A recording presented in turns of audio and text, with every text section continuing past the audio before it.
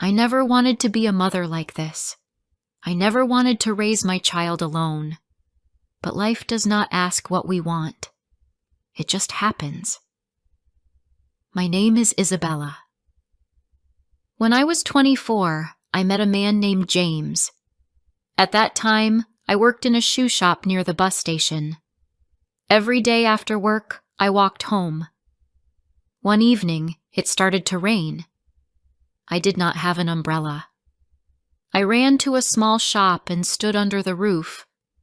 James was already there. He looked at me and smiled. "Bad weather," he said. "Yes," I answered. "I'm all wet." He laughed and gave me a towel from his bag. I said thank you. We started talking. It was simple, but I felt warm inside. The rain stopped and we walked together. He asked if he could see me again. I said yes. That was the beginning. That night he told me he worked part-time in delivery.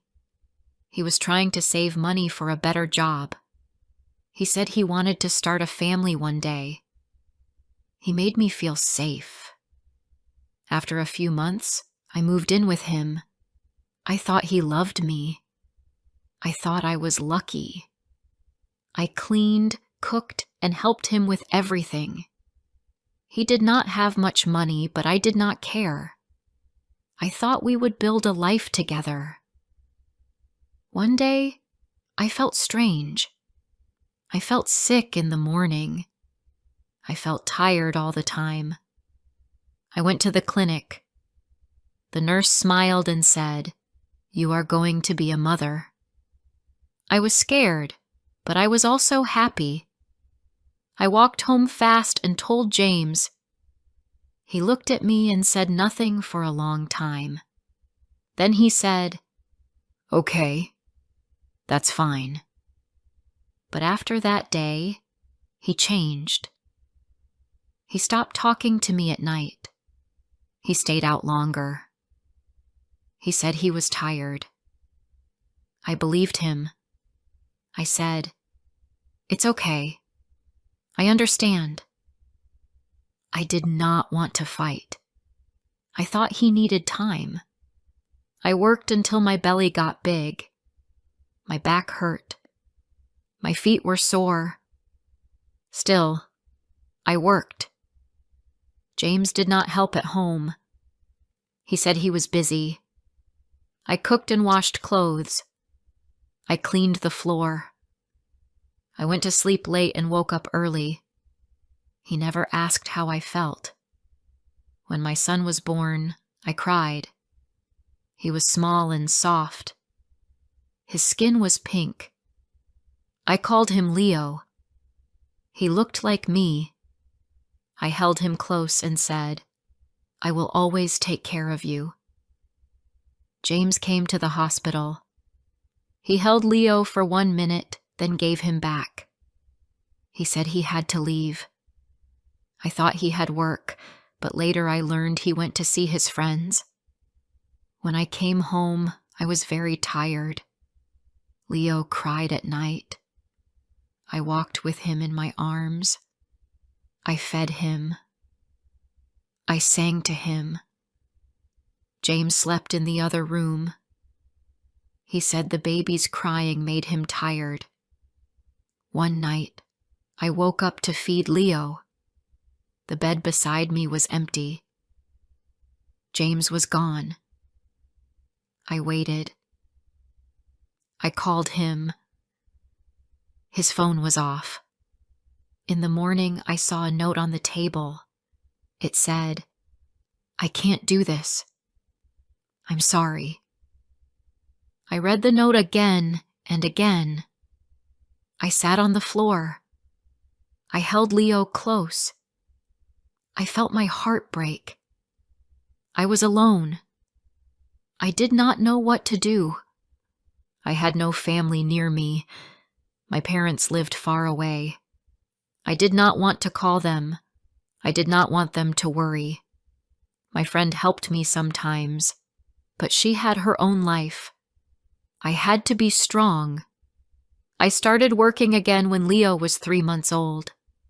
I asked a neighbor to watch him in the day.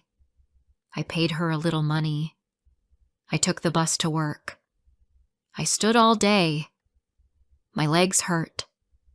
My eyes felt heavy, but I smiled at people.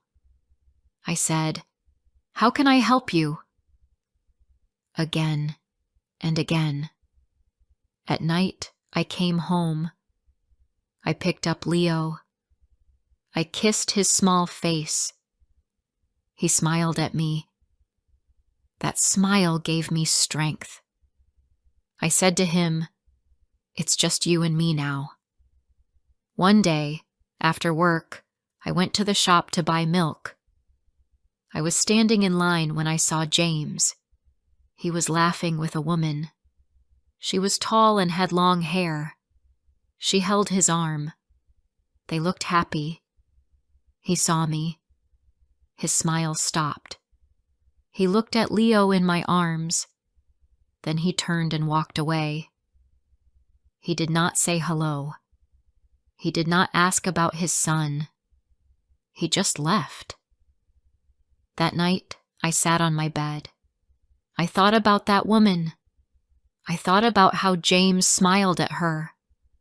I asked myself, why did he choose her? Why did he leave me when I needed him most? But I knew the answer. He did not want to be a father. He did not want to stay when things got hard. He wanted an easy life, and I was not part of that life. I stopped crying that night. I stopped asking why. I told myself, "You are strong. You can do this." I looked at Leo sleeping in his small bed. He needed me. That was all that mattered. I worked every day. I saved every little coin. I bought secondhand clothes for Leo. I cooked simple food. I never went out. I didn't buy anything for myself. But Leo always had what he needed. One day, my manager at work saw me reading English words on my lunch break. She asked, "Are you trying to learn?" I said, "Yes. I want to help my son with school later." She smiled and said, "Keep going. You are doing great." That small word, great, made me want to try harder. Time passed. Leo grew. He started to walk. He started to laugh. He called me Mama and held my hand. People sometimes said, "You look tired." I just smiled and said, "I'm fine." Because I was fine. I had no man beside me, but I had my son. I had my will to keep going, and that was enough. Before I share the rest of my story, I need to know, where are you listening from? Knowing someone hears me, understands me, gives me strength. One morning, I looked at Leo and saw how much he had grown. His hair was thick and dark, just like mine. His eyes were full of life. He ran around the small room and laughed when I tried to catch him. It was loud. It was messy. But it was joy. He was now 3 years old. He liked cars, books with pictures, and warm soup. He did not ask about his father. He only knew me. I was his whole world, and he was mine. I worked 6 days a week. My neighbor still helped with Leo, but only during the day. In the evening, I came home and gave him a bath. I read him the same story every night. He liked the one about the red truck. Sometimes I was too tired to read. But when he said, "Just one time, Mama," I always said yes. We did not have much. Our flat was small. The walls were old. The table had a broken leg, but it was clean. It was warm. It was ours. One Sunday, I took Leo to the park. He ran to the swings. I pushed him gently. He laughed and shouted, "Higher, Mama!" I smiled, but my hands were tired. I looked around. I saw other children with both parents. A woman held her baby while her husband gave the older child a toy. They laughed together. I felt something in my chest. Not anger, not sadness. Just alone. Later, we sat on the grass. I gave Leo some crackers. A woman near us smiled and said, "Your boy is very cute." "Thank you," I said. She had soft eyes. She asked, "Is your husband here too?" I paused for a second. Then I said, "No, it's just us." She nodded. "You are doing a good job. I can see it." I did not know what to say. Her words stayed with me. Weeks passed. I kept working, cleaning, saving. I did not go out with friends. I did not buy new clothes. Every coin I saved was for Leo's future, for school, for shoes, for lunch boxes. Then one night, something strange happened. I was taking the bus home after work. I sat near the window, holding a small bag of vegetables. The bus stopped near the train station. A man got on. I looked up and saw James. My chest went cold. He walked past me, laughing with someone on his phone. He didn't see me. He looked different. New clothes. New haircut. He sat at the back of the bus. I wanted to move. I wanted to get off. But I stayed. I thought about our life. About the night he left. About the note. I thought about Leo and his smile. When the bus stopped again, James stood up. He saw me. He froze. I looked at him. He looked back. He opened his mouth, but I turned my face to the window. He did not speak. He walked past me and got off. When I reached home, Leo was asleep. I sat beside him on the bed. I touched his small fingers. I whispered, "You are enough." A week later, I got a message on my phone. "Hi, it's James. Can we talk?" I stared at the screen for a long time. I did not reply, but the next evening, I saw him outside my building. He stood by the gate, holding a paper bag. He looked unsure. "Hi, Isabella," he said. "I just wanted to see you." "What do you want?" I asked. My voice was quiet. I was wrong," he said. "I left because I was scared. I didn't know how to be a father."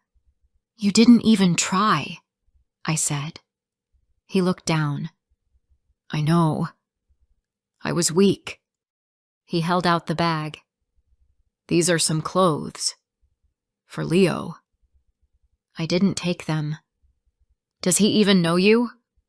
I asked. "No," he said. "But I want to be part of his life now." I wanted to scream, but I didn't.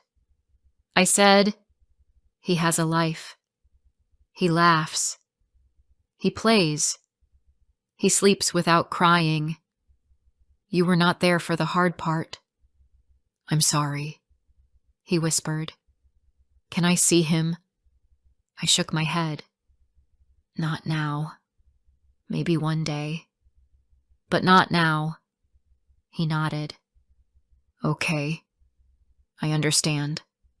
He left the bag at the gate and walked away. I stood there for a long time. I didn't cry. I didn't smile. I just felt quiet. I picked up the bag and went inside. I opened it. There were some new shirts, a toy car, and a letter. I did not read the letter. I put it in a box on top of the shelf. The next morning, Leo saw the car. He held it and said, "New car?" "Yes," I said. "It's yours." "From you?" he asked. "Yes," I said. I smiled. I didn't tell him anything else. Because Leo didn't need stories.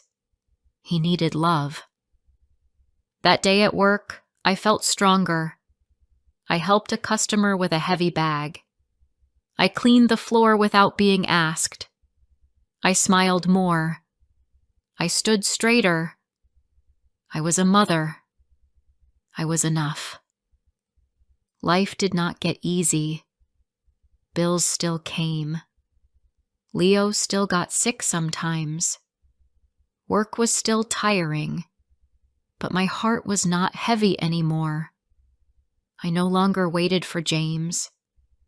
I no longer needed him to say sorry. I had something better. I had Leo. And I had myself. Time moved fast. Leo was now 5 years old.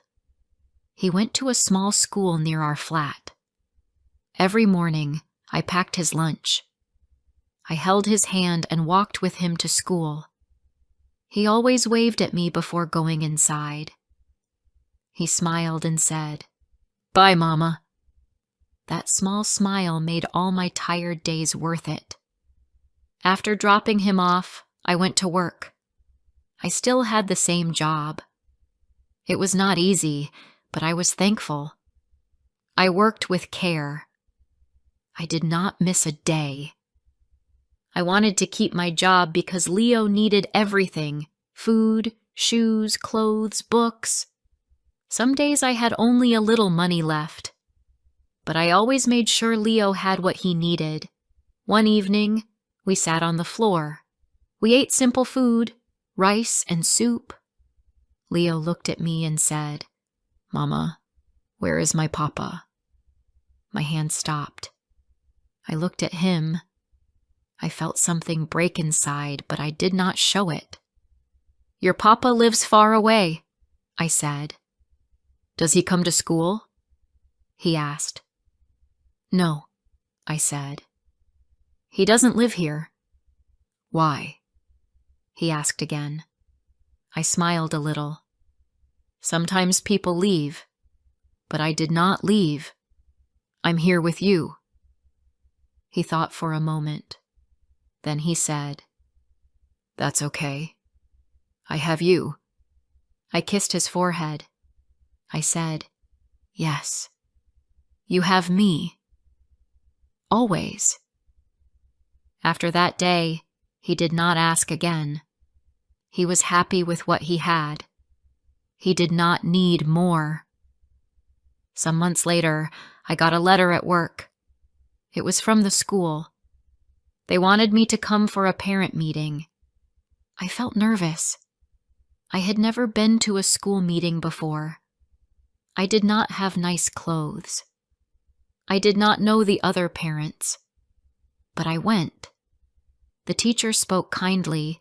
She said, "Leo is a smart boy. He listens. He is kind to others." I smiled. I said, "Thank you." She looked at me and said, "You are doing well. He is lucky to have you." That night, I cried a little. Not from pain, but from something soft in my heart.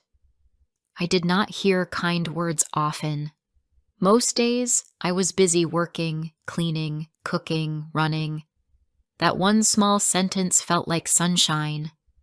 I wanted to give Leo more. I wanted him to grow with hope.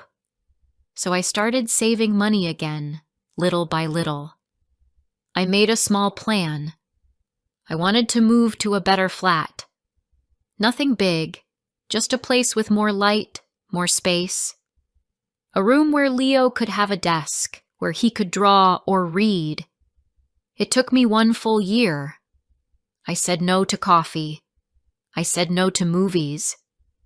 I said no to new shoes. I only said yes to rent, food, and Leo. Then one day, I signed the paper. I held the new key in my hand. The flat was small, but the window was big. The sun came in every morning. Leo ran around the room and laughed. He said, "It's so big, Mama." We put his books on a low shelf. We made a small bed near mine. I found an old table on sale. I cleaned it well and gave it to him. He called it his study table. That night, I lay in bed and looked at the ceiling. I smiled in the dark. I had done it. Not with help. Not with luck. With work, time, and love. A few weeks later, I saw James again. I was walking with Leo to school. He was coming from the other side of the street. He looked different. He wore a suit. He had a bag in one hand. He saw us and stopped. I wanted to walk past, but Leo stopped too. He looked at James. James looked at me, then at Leo. He said, "Hi." Leo looked up at me. I waited. James said, "I'm James. I'm your father." Leo blinked. Then he looked at me again. I took his hand and said, "Let's go. We're late." James stepped back. "Wait, please. I just want to talk." I said nothing. Leo looked confused. James said, "I know I was not there. I know I made mistakes. But I think of him every day. I want to know him." I turned to Leo. "Do you want to say something?" Leo shook his head. I looked at James and said, "You walked away when he was small. He cried at night, and you were not there." "I was." "I know," he said. "I regret it." I said, "Regret is not enough. He needs someone who stays." James looked down. He said, "I understand. I won't push. But if you ever change your mind, I'll wait." I nodded. "Thank you for saying that." Then we walked away. Leo held my hand tight. He said, "Was that really my papa?"